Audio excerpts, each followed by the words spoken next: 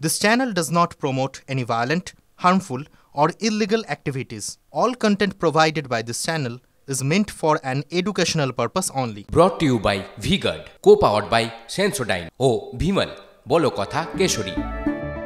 Associate sponsor Ultratech Cement. Park street এবং Mirza Ghalib street সংলগ্ন এলাকায় সেই গ্রেপ্তার ঘটনার 4 সিসিটিভি ফুটেজ দেখে অভিযুক্তদের শনাক্ত করেছে ইতিমধ্যেই পুলিশ। এখনো অধরা মূল অভিযুক্ত সোনা, পুলিশের জালে সাবির সহ ধৃত 4। কথা বলবো প্রতিনিধি সৌভিক রয়েছেন সঙ্গে। সৌভিক, এই মুহূর্তে দাঁড়িয়ে 4 জনকে গ্রেপ্তার করা গিয়েছে, কিন্তু মূল অভিযুক্ত সোনাকে গ্রেপ্তার করা যায়নি। সে কোথায় পালালো? এই সোনার আগে থেকেই তো একটা ক্রিমিনাল রেকর্ড রয়েছে।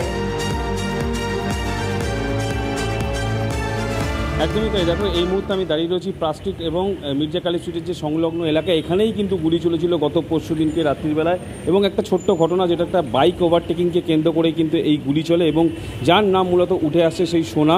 এবং এই সোনার কিন্তু একটা আগের একটা ক্রিমিনাল ব্যাকগ্রাউন্ড রয়েছে, এবং যেটা জানা যাচ্ছে সূত্র মারফত যে 1986 সালেতে আক্তার মাহমুদের হাত ধরে কিন্তু এই অ্যান্টি সোশ্যাল গ্রুপ এসে ঢুকেছিল, এবং পরবর্তীকালে কিন্তু বিভিন্ন সময় তাকে তোলাবাজি থেকে শুরু করে থ্রেট, বিভিন্ন রকমের ক্রিমিনাল অফেন্সের জন্য তাকে অ্যারেস্ট হতে হয়। এবং এই মুহূর্তে কিন্তু এই সোনা গত পরশু দিনকে যে ঘটনা ঘটে, তিনিই কিন্তু গুলি চালিয়েছিল, এবং ইতিমধ্যেই কিন্তু পুলিশের তরফ থেকে 4 জনকে অ্যারেস্ট করা হয়েছে। কিন্তু মূল অভিযুক্ত যে সোনা, সে কিন্তু এখনও পলাতক, এবং যেটা পুলিশ সূত্র থেকে জানা যাচ্ছে যে এই সোনার কিন্তু এখনও ক্রিমিনাল ব্যাকগ্রাউন্ড রয়েছে, এবং সে নিজেকে ব্যবসায়ী হিসেবে প্রতিষ্ঠিত করবার একটা চেষ্টা চালাচ্ছে। কিন্তু একেবারে মূল অভিযুক্তের খোঁজ পাওয়া গেলে অনেকগুলোর অবশ্যই কিনারা করা যাবে তন্নিষ্ঠা, এখনো পর্যন্ত যে আমরা বুঝতে পারছি। কিন্তু দেখো, যেই বলে আমরা শুরু করলাম যে দিকে দিকে এই ধরনের গোলাগুলির ঘটনা, বোমাবাজির ঘটনা, এত গুলি এত বোমা আসছে কোথা থেকে? পুলিশের ইন্টেলিজেন্স কি কোনোভাবে কোনো কাজ করে না? রথতলার মতো জায়গা, বেলঘরিয়া রথতলার মতো জায়গা, সেখানেও এই ধরনের ঘটনা, যেখানে বাংলায় গুলি বৃষ্টি হয়েই চলেছে। বিগত কয়েকদিনে আমরা দেখতে পাচ্ছি তার ফ্রিকোয়েন্সি বেড়ে গিয়েছে। প্রাক্তন পুলিশ কর্তা অরিন্দম আচার্য এই মুহূর্তে রয়েছেন আমাদের সঙ্গে, তার সঙ্গে কানেক্ট করি। অরিন্দম বাবু, স্টুডিও থেকে আমি তন্নিষ্ঠার সঙ্গে রুমেলা রয়েছি। যে বিষয়টা আপনার থেকে জানতে চাইবো, আমি যদি শুরুতে বেলঘরিয়ার দিকে নজর রাখি, ব্যারাকপুর পুলিশ কমিশনারেটের আন্ডারে পড়ে। খুব কনসার্ন যে জায়গাটায়, সেটা হলো কমিশনারেটে পুলিশ কমিশনারের বারবার বদল করা হয়েছে। কেন? কারণ এই দুষ্কৃতী দৌড়াতে যাতে লাগাম পরানো যায়, কিন্তু তাতে লাগাম পড়ছে কই? দিনে দুপুরে একটা ব্যস্ততম জাংশন, সেখানে 8 রাউন্ড গুলি চলছে। দুষ্কৃতীদের এই সাহসটা আসছে কোথা থেকে? প্রথমে বলে নিয়ে, আপনি আমাকে ভুল বুঝবেন না, কমিশনারেট অফ ব্যারাকপুর যিনি আছেন, অজয় জারুরিয়া যিনি আছেন, অত্যন্ত দক্ষ পুলিশ অফিসার। আমি ওনার সাথে চাকরি করেছি। অজয় রাজুরিয়া অত্যন্ত ভালো অফিসার। এবার আপনাকে বলি, এই যে রাজনৈতিক নেতারা কিছু কিছু জায়গায় অ্যানাউন্সমেন্ট করছে, আমরা 0 টলারেন্স দিবিনি। আরে ভাই, আপনারা কি জানেন যে policy of giving severe punishment who commits crimes and breaks the law, এটা হচ্ছে মিনিং। ব্রেকস ল, এটা খুন। আপনি যদি দেখে থাকেন তাহলে আপনি দেখবেন যে যে গুলিটা করেছে বিজনেসম্যান যে মিস্টার অজয় মন্ডলকে, যে 1 কোটি টাকা দামের যদি গাড়ি না হতো, তাহলে যে গুলিটা ঢুকেছে, এটা হাইলি ইম্প্রোভাইজড সফিস্টিকেটেড রিভলভার। এটা কান্ট্রিমেড নয়, এটা কখনো কান্ট্রিমেড হতে পারে না। অতএব এইভাবে যে গুলিটা করেছে, কি ভয়ঙ্কর! আমি দেখছিলাম, এই টিভিতে দেখছিলাম। এবার আপনি আমাকে বলুন, একের পর এক গুলির সিসিটিভি লাগানো হয়েছে, এক সংখ্যক ক্রিমিনাল আজকে দে আর পেইং নো হিট, যে আমাদের মুখ দেখা যাক, যা খুশি হোক, আইনকে আমরা বৃদ্ধাঙ্গুষ্ঠ দেখাবো, যা খুশি তাই করে বেড়াবো।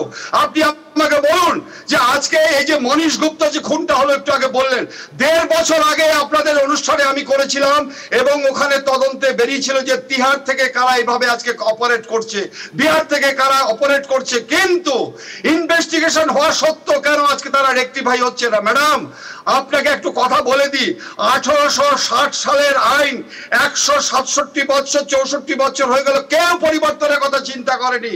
এই সেন্ট্রাল গভর্নমেন্ট আজকে 76 বছর পরে একটা চিন্তা ভাবনা করেছে। দেখবেন এখানেও আজকে হইচই শুরু হয়ে যাবে।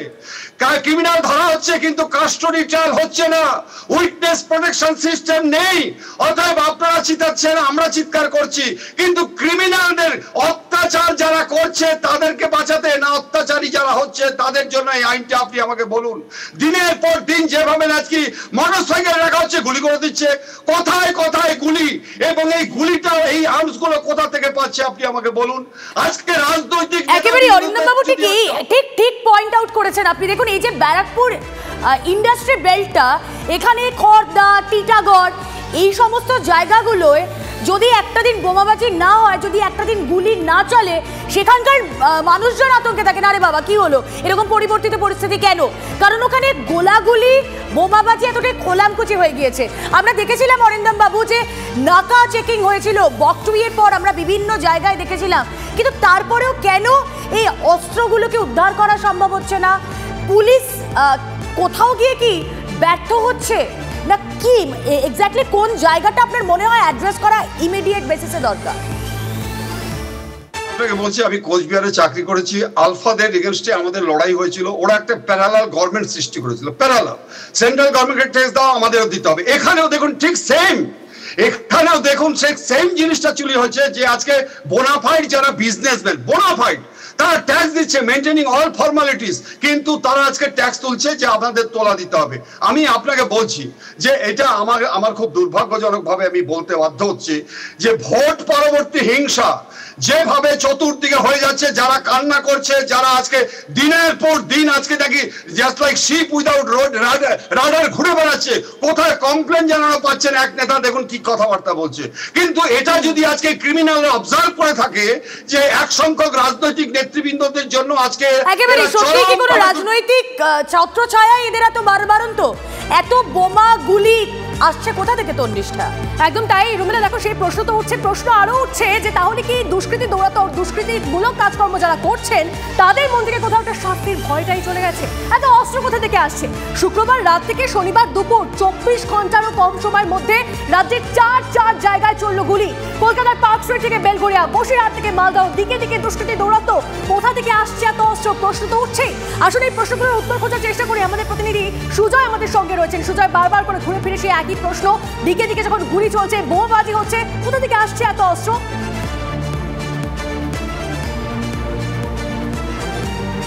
দেখো, একটা সময় ছিল যখন বিহারের মুঙ্গেরে অস্ত্র তৈরি হতো এবং সেই মুঙ্গেরে তৈরি অস্ত্র চোরা কারবারির মাধ্যমে বিভিন্ন জায়গা থেকে, বিভিন্ন যে এন্ট্রি এক্সিট পয়েন্ট রয়েছে রাজ্যের, সেই জায়গাগুলি থেকে রাজ্যের বিভিন্ন জায়গায় ছড়িয়ে পড়তো। কিন্তু গত 5 বছরে আমরা দেখেছি যে একাধিক অস্ত্র ভাণ্ডার পুলিশ ধরেছে এই রাজ্যেই, যেখানে মুঙ্গের থেকে এসে কোট আনকোট ইঞ্জিনিয়ার, অর্থাৎ মুঙ্গেরে যারা অস্ত্র তৈরি করে তারা এই রাজ্যে এসে সেই অস্ত্র কারখানা অস্ত্র তৈরি করছিল। এবং এই মুহূর্তেও বিরোধীরা যে অভিযোগটা করছে যে গত কয়েক মাস লোকসভা নির্বাচনের কারণে রাজ্যের পুলিশ নির্বাচন কমিশনের নজরদারিতে ছিল, সেই কারণে রাজ্যের এন্ট্রি এক্সিট পয়েন্ট, অর্থাৎ রাজ্যে ঢোকা এবং বেরোনোর যে রাস্তাগুলি, সেগুলি কড়া নজরদারির মধ্যে ছিল। সেই কারণেই কিন্তু নির্বাচনকালে কোথাও কোনো সেরকম গুলি চালানোর ঘটনা দেখা যায়নি। এই পরিস্থিতিতে রাজ্য পুলিশ আর নির্বাচন কমিশনের নজরদারিতে নেই, আর সেই জায়গা থেকেই প্রশ্ন তুলছেন অনেকে যে তাহলে কি সেই কড়া নজরদারি উঠে যাওয়ার জেরেই আবার সেই মুঙ্গের থেকে অস্ত্র চালান হচ্ছে এই রাজ্যে? আবার কি রাজ্যের বিভিন্ন জায়গায় বিভিন্ন গোপন ডেরায় অস্ত্র কারখানা তৈরি করে অস্ত্র তৈরি করা হচ্ছে, সেটা এই অস্ত্র কারবারিদের কাছে যাচ্ছে, সেটা দুষ্কৃতীদের কাছে যাচ্ছে? আর সেই জায়গাতেই কি পুলিশের নজরদারির অভাব বা সেই ঢিলে ঢালা ভাবটা কি আবার ধরা পড়ে গিয়েছে এই নির্বাচন পরবর্তীকালে? এই কারণেই কি অস্ত্রের রমরমা, এই কারণেই কি গুলি বৃষ্টি? এই অভিযোগটা কিন্তু বিভিন্ন জায়গা থেকে উঠছে। রাজ্যের বিরোধী দলগুলি বারবার অভিযোগ করছে যে পুলিশের নজরদারির অভাব, পুলিশের ঢিলে ঢালা ভাব, যেটা নির্বাচনের পরবর্তীতে বিভিন্ন জায়গায় তাদের দাবি করা হচ্ছে যে কারণে পরবর্তী বোঝা যাচ্ছে। আর বারবার করে এই ধরনের ঘটনা ঘটলেই রুমেলার নামটা উঠে আসছে, অভিযোগ উঠছে মুঙ্গের, বিহারে। Brought to you by V-Guard, co-powered by Sensodyne ও ভিমল, বলো কথা কেশরী। Associate sponsor UltraTech cement.